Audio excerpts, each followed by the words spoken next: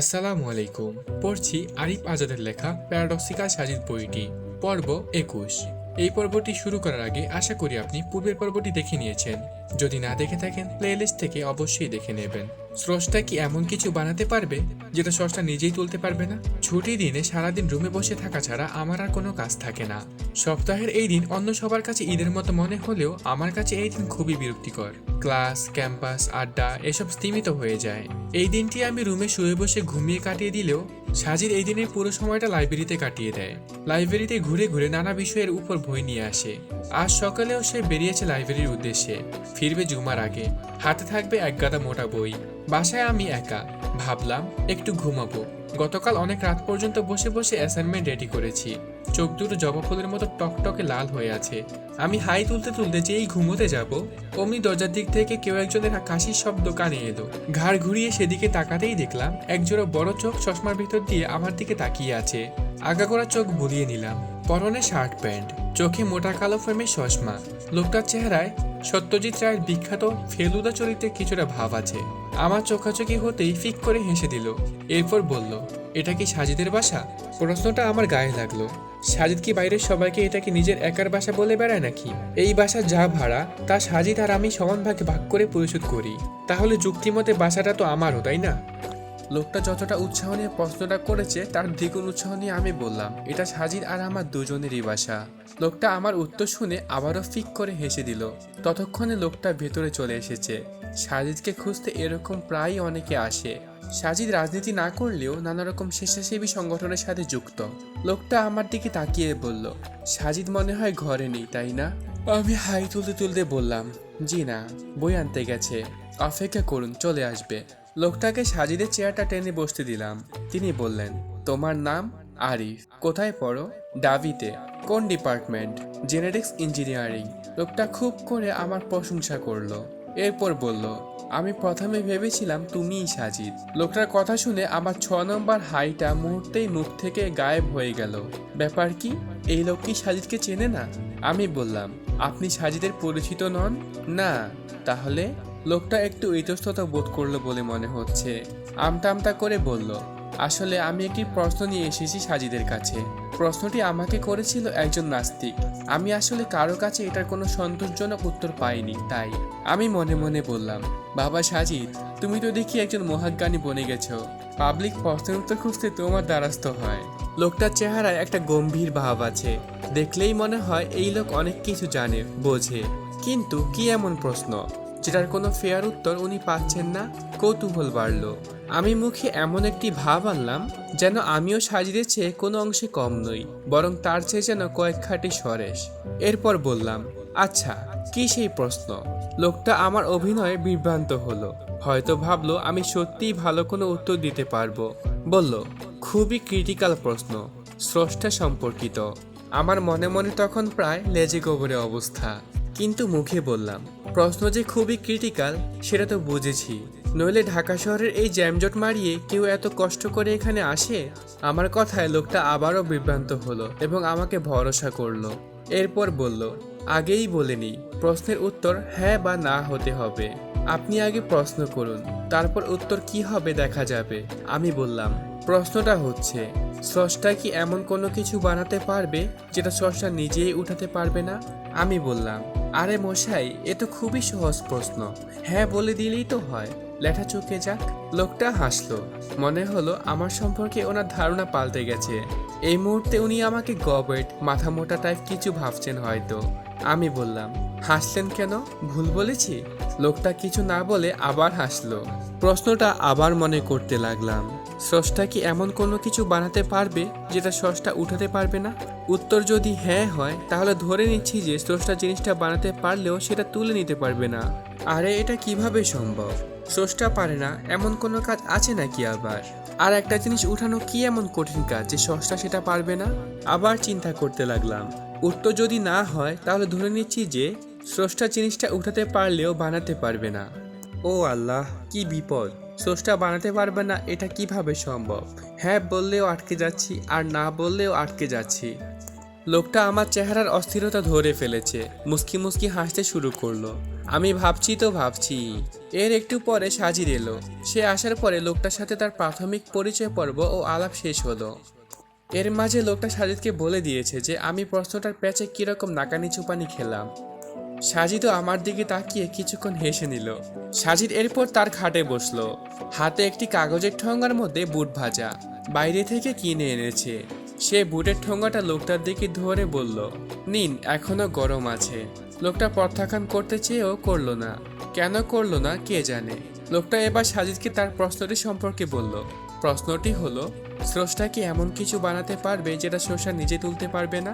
এতটুকু বলে লোকটা এবার প্রশ্নটিকে ভেঙে বুঝিয়ে দিল। বলল, দেখো, এই প্রশ্নের উত্তর যদি হ্যাঁ বলো তাহলে তুমি ধরে নিচ্ছ যে স্রষ্টা জিনিসটি বানাতে পারলেও তুলতে পারবে না।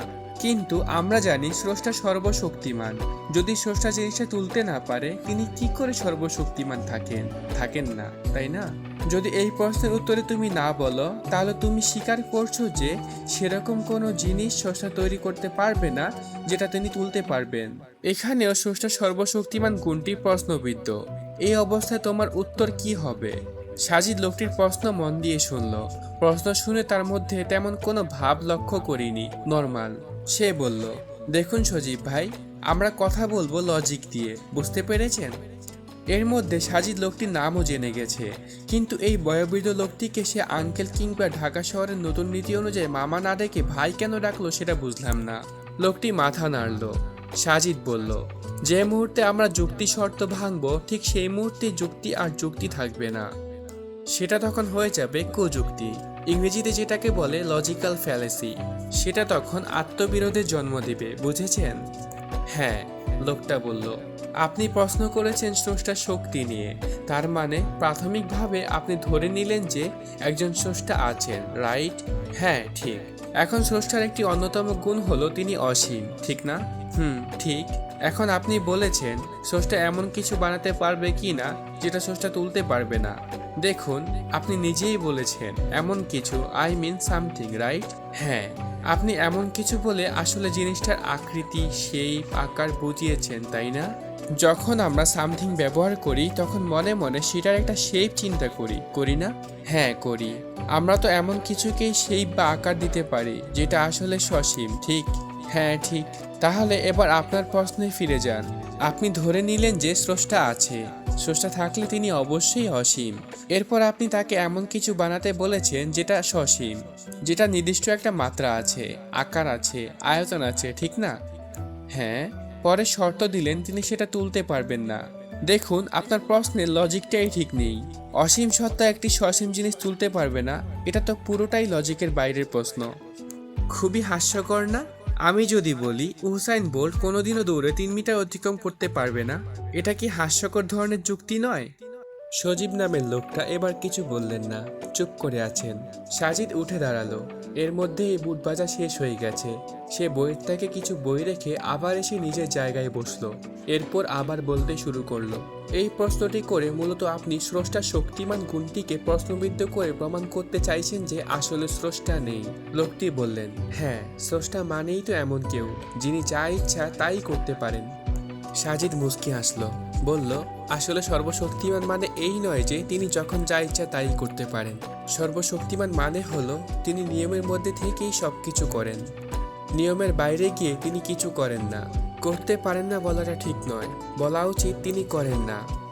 এর মানে এই নয় যে তিনি সর্বশক্তিমান নয় বা তিনি স্রষ্টা নয়। এর মানে হলো কিছু জিনিস নিয়মের নিয়ন্ত্রক। এখন তিনি নিজেই যদি নিয়মের বাইরে হন, ব্যাপারটি তখন ডাবল স্ট্যান্ড হয়ে যায়। স্রষ্টা এরকম নন। তার কিছু বৈশিষ্ট্য আছে, তিনি কখনো সেই বৈশিষ্ট্যগুলো অতিক্রম করেন না। সেগুলো হলো তার মোরালিটি। এগুলো আছে বলেই তিনি স্রষ্টা, নাইলে তিনি স্রষ্টা থাকতেন না। সাজিদের কথায় এবার আমি কিছুটা অবাক হলাম। আমি জিজ্ঞেস করলাম, স্রষ্টা পারে না এমন কি কাজ থাকতে পারে? সাজিদ আমার দিকে ফিরে বলল, স্রষ্টা কি মিথ্যা কথা বলতে পারে, ওয়াদা ভঙ্গ করতে পারে, ঘুমাতে পারে, খেতে পারে? আমি বললাম, আসলেই তো। সাজিদ বলল, এগুলো স্রষ্টা পারেন না বা করেন না। কারণ এগুলো স্রষ্টার গুণের সাথে সংঘর্ষী। কিন্তু এগুলো করেন না বলে কি তিনি সর্বশক্তিমান নন? তিনি এগুলো করেন না কারণ এগুলো তার মোরালিটির সাথে যায় না। এবার লোকটি প্রশ্ন করলো, কিন্তু এমন জিনিস তিনি বানাতে পারবেন না কেন যেটা তিনি তুলতে পারবেন না? সাজিদ বলল, কারণ স্রষ্টা যদি এমন জিনিস বানান যেটা তিনি তুলতে পারবেন না, তাহলে জিনিসটাকে অবশ্যই স্রষ্টার চেয়ে বেশি শক্তিশালী হতে হবে। স্রষ্টা যে মুহূর্তে এরকম জিনিস বানাবেন সেই মুহূর্তেই তিনি স্রষ্টা হওয়ার অধিকার হারাবেন। তখন কিন্তু স্রষ্টার সে শক্তিশালী হয়ে যাবে ওই জিনিসটি। কিন্তু এটা তো স্রষ্টার নীতি বিরুদ্ধ, তিনি এটা কিভাবে করবেন? লোকটা বলল, তাহলে এমন জিনিস কি থাকা উচিত নয় যেটা স্রষ্টা বানাতে পারলেও তুলতে পারবে না? এমন জিনিস অবশ্যই থাকতে পারে, তবে যেটা থাকা উচিত নয় তা হলো এমন প্রশ্ন। কেন? এবার সাজিদ বলল, যদি আমি আপনাকে জিজ্ঞেস করি নীল রঙের স্বাদ কেমন, কি বলবেন? 9 সংখ্যাটির ওজন কত মিলিগ্রাম, কি বলবেন? লোকটা ভ্যাবাচাকা খেলো বলে মনে হলো। বলল, নীল রঙের আবার স্বাদ কি? 9 সংখ্যাটির ওজনই বা হবে কি করে?